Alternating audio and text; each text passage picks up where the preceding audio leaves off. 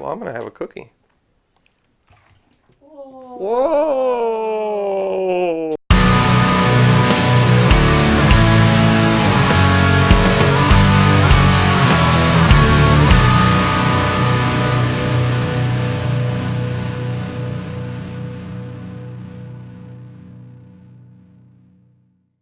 Hello everyone, welcome to another episode of the Wanna Know Show. I am your host, Javier Perez. This weekend, our Knights are heading to New Orleans to take on the Tulane Green Wave. For more on this matchup, here's Jeff Sharon from the Black and Gold Banneret. What's up, everybody? Jeff Sharon here from Black and Gold Banneret. Thanks to Javier for having me on the show here.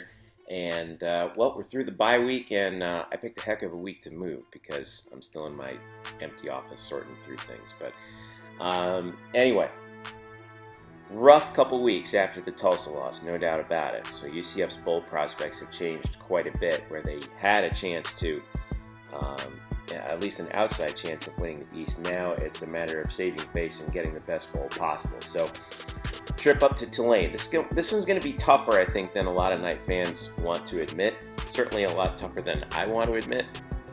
But Tulane is kind of a little scary this year. They found some resurgence. They're at 6-4 right now, and they're hungry. This is a home game for them.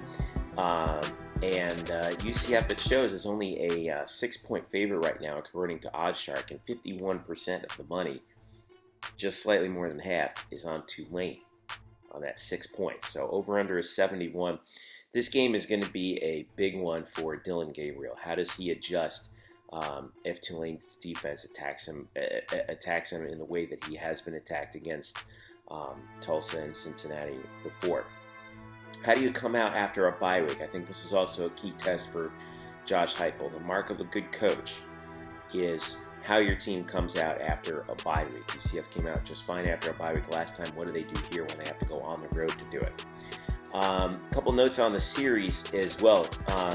UCF is actually 1-6 against the spread in their last 7 games. That's a little scary. So for those of you that are interested in those kinds of things, even though they're 16-4 in their last 20. So what do we do at Black and Gold Banneret and Black and Gold Banneret and the Black and Gold Banneret podcast? Well, we talk a lot about that. Myself, Eric Lopez, Brian Murphy.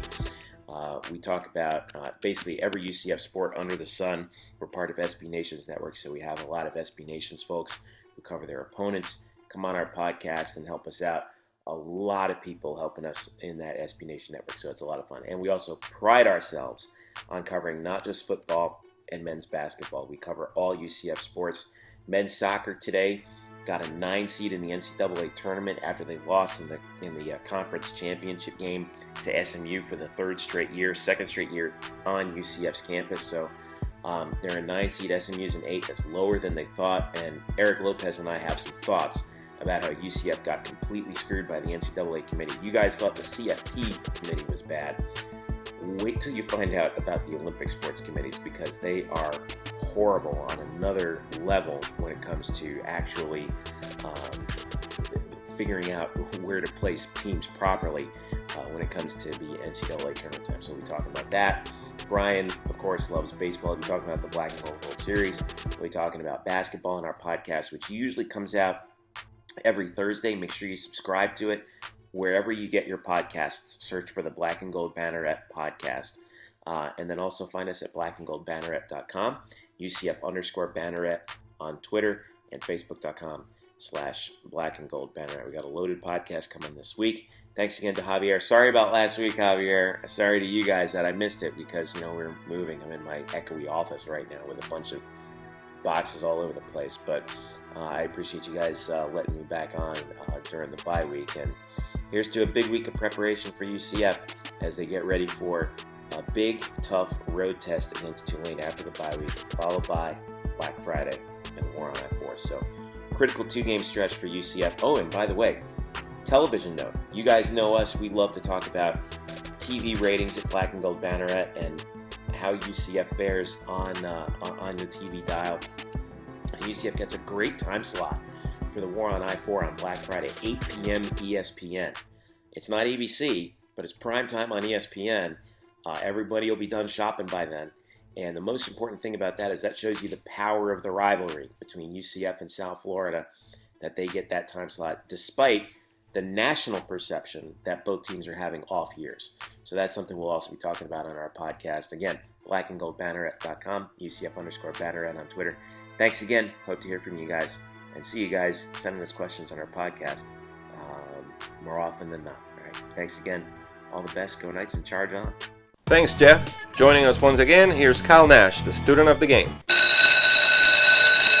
What's up, everyone? Kumo, Kyle Nash, the student of the game here, ready to bring you the latest in UCF Knights football. After the late bye week, the UCF Knights head into the Big Easy of New Orleans, Louisiana to take on the Green Wave of Tulane.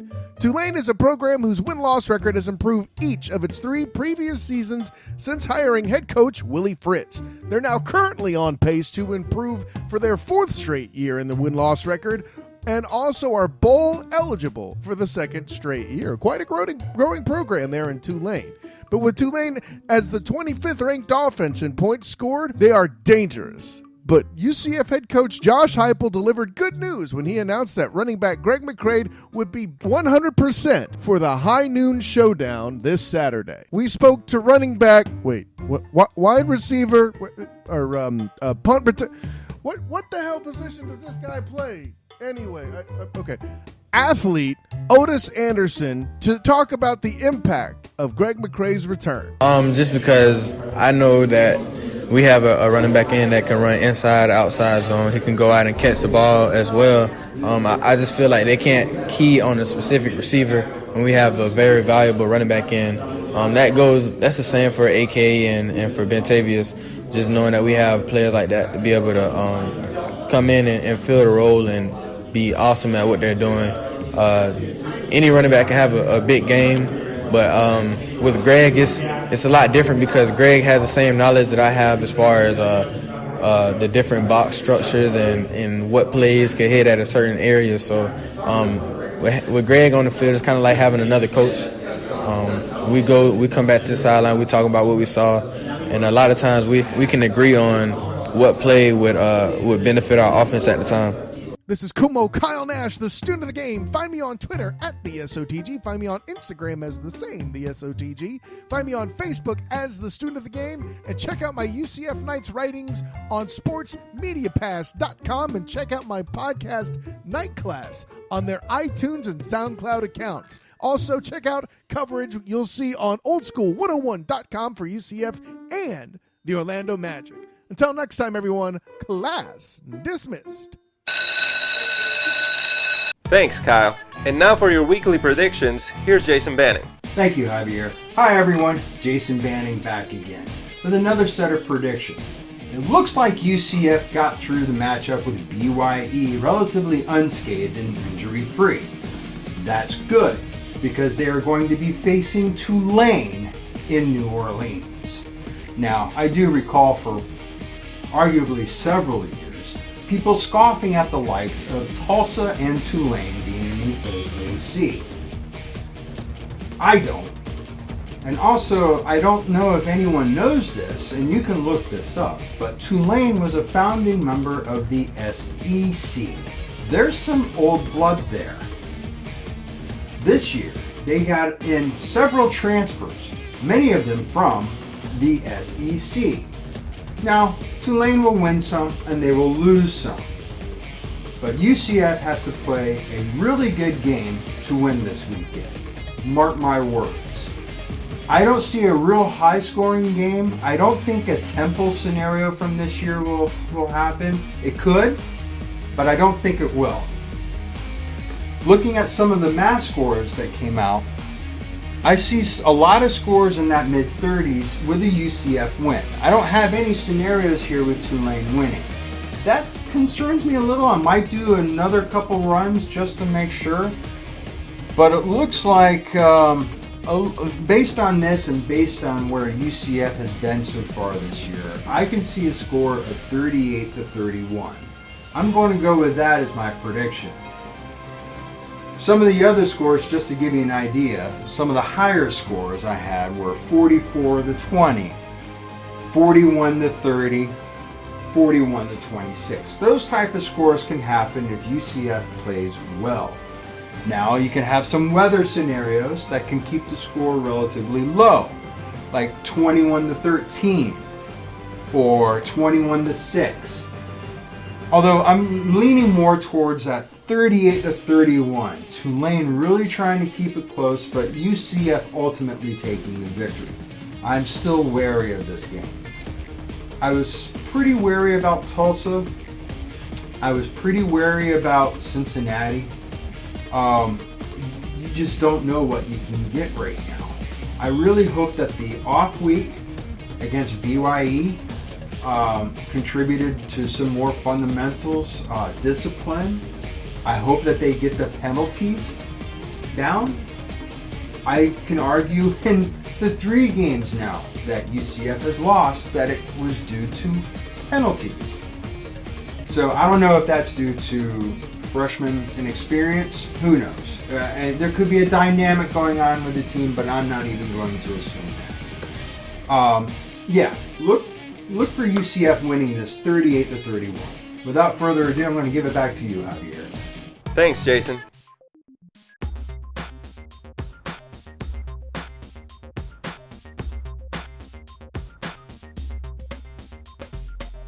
When it comes down to it, you live and die in the trenches. Your offensive line, your defensive line, you have to have a lot of talent in there, especially the way this conference is going right now. Every single team is getting better and better and better. So I think that the biggest need at the moment will be reinforcing that offensive line, reinforcing that defensive line. We're going to have a couple guys that are going to leave. Jordan Johnson, he's a senior, he's graduating, so we're going to have to replace him at center. And we have some good guys waiting behind him. Matt Lee, he's a tremendous prospect, and I know he's going to do great things for us, but we just have to keep going after those guys like that. Even though we're going to miss out on guys like Adrian Killins and Gabe Davis, because I'm pretty sure Gabe is going to go to the draft, we still have enough depth behind them that can make up for that. So yeah, I guess my answer would be definitely the trenches, the offensive line and the defensive line.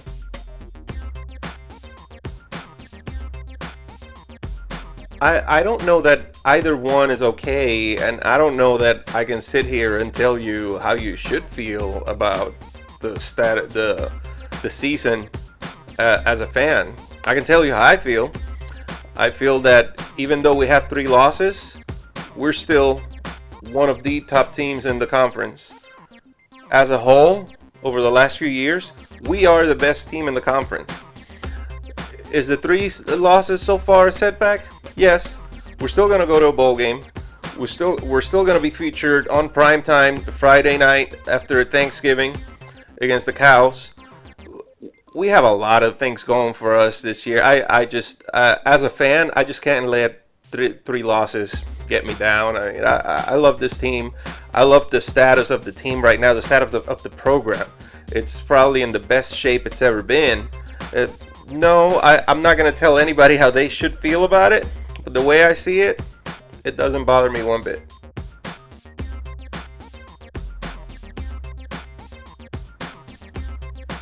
Nope. No.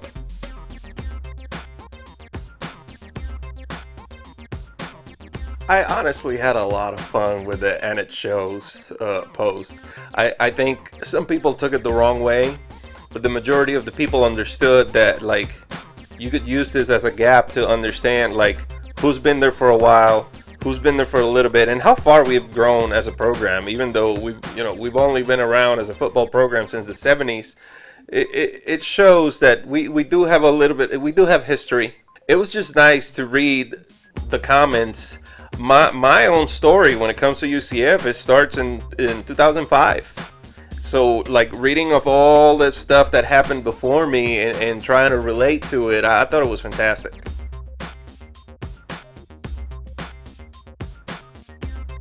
The selfish fan in me wants to say yes, but no, that kid, he's just so talented. If he has a chance to be a high draft pick in the NFL, he needs to go. You strike the iron while it's hot. He's done enough for us as it is. He's having a fantastic season. He had a great career for UCF. If this is the last season he's with us, Godspeed. Good luck in the pros. And once a night, always a night.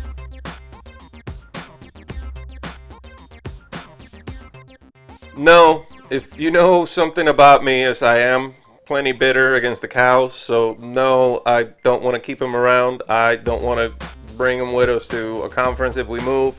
I don't want to keep playing them.